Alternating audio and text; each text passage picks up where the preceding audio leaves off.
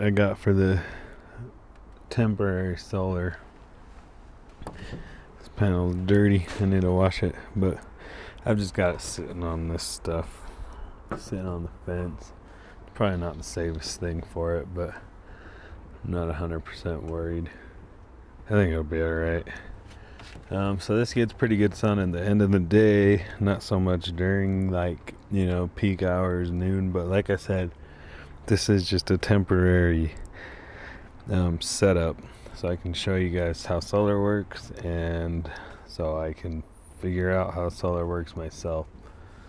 Alright, now we're in the garage.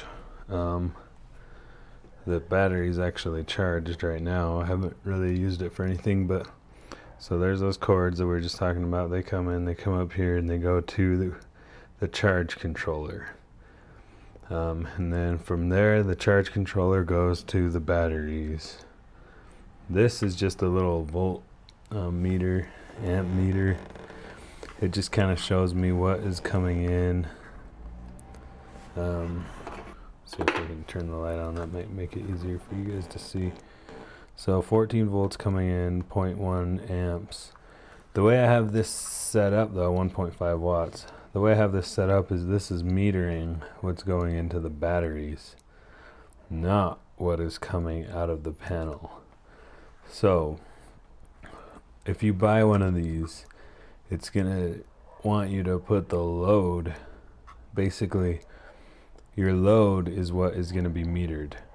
So when you read the wiring diagram, which is right there, this has the battery as the power source. But since I'm doing solar, the solar panel or charge controller became the power source, and the battery became the load.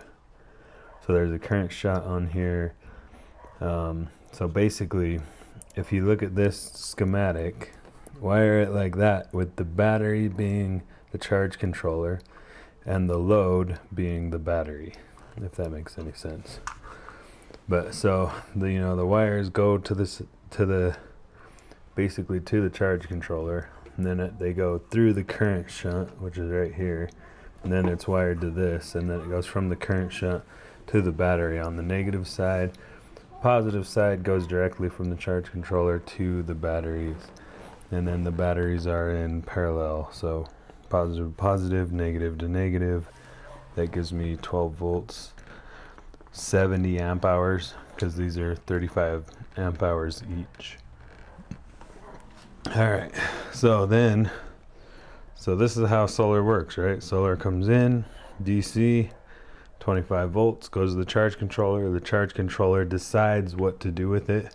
That's why right now we just saw out there it was really sunny. But since this battery's charged, it's only going to give us 0.10 amps in. So it's floating right now, basically. If we put a load on the system, so I just turned this inverter on. Now look, we watch and our amps will start to go up. So basically what that is that's the charge controller realizing we've put a load on the batteries and starting to let some current in, right? Let it charge the batteries and keep them charged.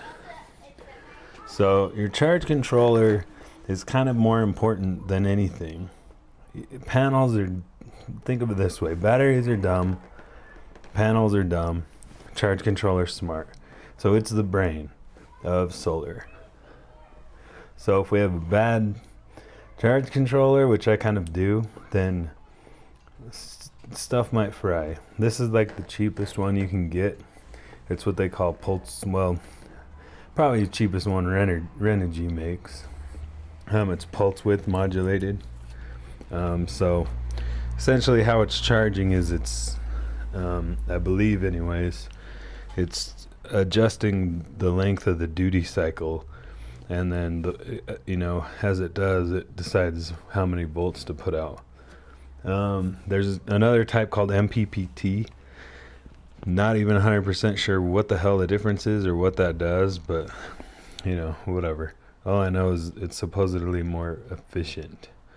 So with this setup, I went 2 weeks without plugging my phone into grid power.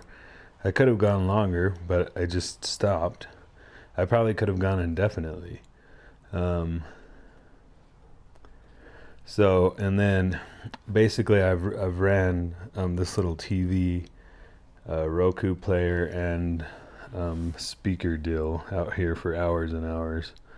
I haven't ran the batteries completely dead.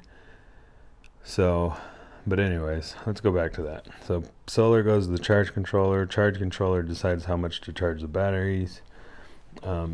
And then we go to the fuse block.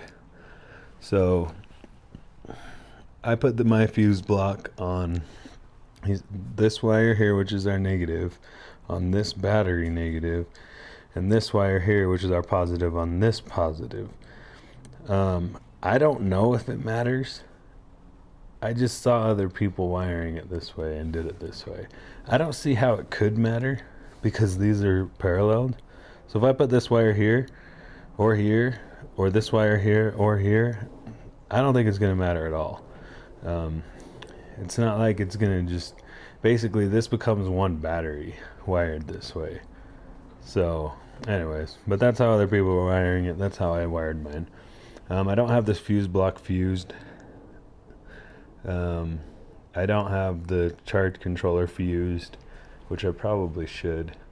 And I don't have the solar panels fused, which I probably should. So I've got fuses that are probably going to go into all that when I do the actual install. But then it goes from there into, basically right now I just have two circuits. I have this little USB, which I've been charging my phone and a couple power banks on. And I've got this little switch wired up to it that I can turn it off. This also gives me a reading. This says 13.7. When I plug anything into this, that drops. So it's not 100% accurate. This is like cheap little Amazon thing. Looks like they're kind of meant to put into a cigarette lighter hole in your car. So 12 volts, it gives you a constant LED, like that's constantly on. I wish that it would turn off. I mean, I guess you could wire it into a switch like I did. Then it turns off. Anyways. So, and then also from the fuse block, I go to my inverter. I only have 10 gauge wire on it right now. This is a temporary setup. If I were gonna do this, well, when I actually do this, I'm gonna get a bigger inverter. I'm gonna use bigger wire here. I haven't noticed these getting hot at all. So maybe 10 gauge is enough for that inverter for that amount of distance, but I don't know. I know coming from the car audio world, the more amps you're going to draw, the bigger wire you want, basically. It seems like an inverter might be drawing a lot, so you know that's going to be a power hungry side of the system when stuff is plugged in. I've been charging camera batteries for this camera on here, and then we have an extension cord that goes up around there and over into this right here. It's plugged in right there, and that runs that's that power strip which has the TV, the speaker, tower speaker there, and a little Roku. I can actually watch for, I don't know, the longest I've done it is probably 6 or 8 hours out here. This is also temporary, but I did go ahead and mount it to the wall with this mounted bracket that I got, so that will go. This looks crooked, but it's not. It's able to adjust. Yeah, see, there you go. On this TV I got, it's a 12 volt TV, even though I have it hooked up on 12 volt DC. I have it hooked up on 120 AC right now, but you can see we've got all our inputs and outputs, basically anything you would need. VGA, HDMI, it's all in there, besides the bracket getting in the way. It's just like a universal bracket, so had to get tricky with some of these mountings, and I actually need to do this better. I need some more washers, but it's kind of working, you know. input here. I didn't have another HDMI cable, or else I would have used it for the Roku, but this has been working fine. So power, you can plug a thumb drive into this USB port, and if you have movies or pictures on it, you can watch them. VGA, PC audio, any of these little TVs. As far as my research went, all the speakers suck, so plan on another audio solution. But in, and then your earphone out, and then coax in, and then another in here. Yeah, it's not a bad little TV. I'm not gonna fix it now. So yeah, that is my solar setup. Questions, comments down below. So the batteries I got from Harbor Freight, I pulled them out of my remote control lawnmower. I'm just using them for this temporary setup. The solar panel I got on Amazon.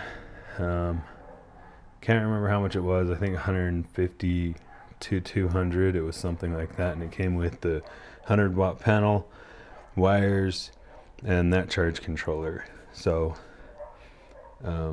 yeah, fuse block I got on Amazon. I think it was like 20 bucks. I think this was like $5 on Amazon. Harbor Freight inverter. TV was like 150 on Amazon, I think. Roku I don't remember, and the speaker thing I don't remember because they're really old. But the Roku may or may not go into the project. The speaker tower definitely isn't going into the project, so but yeah. Well, I think that's about it. Questions. If you have any questions, comments, put them down below. Subscribe, like the video if you liked it. Yeah. Thanks for watching. Have a great day. Peace.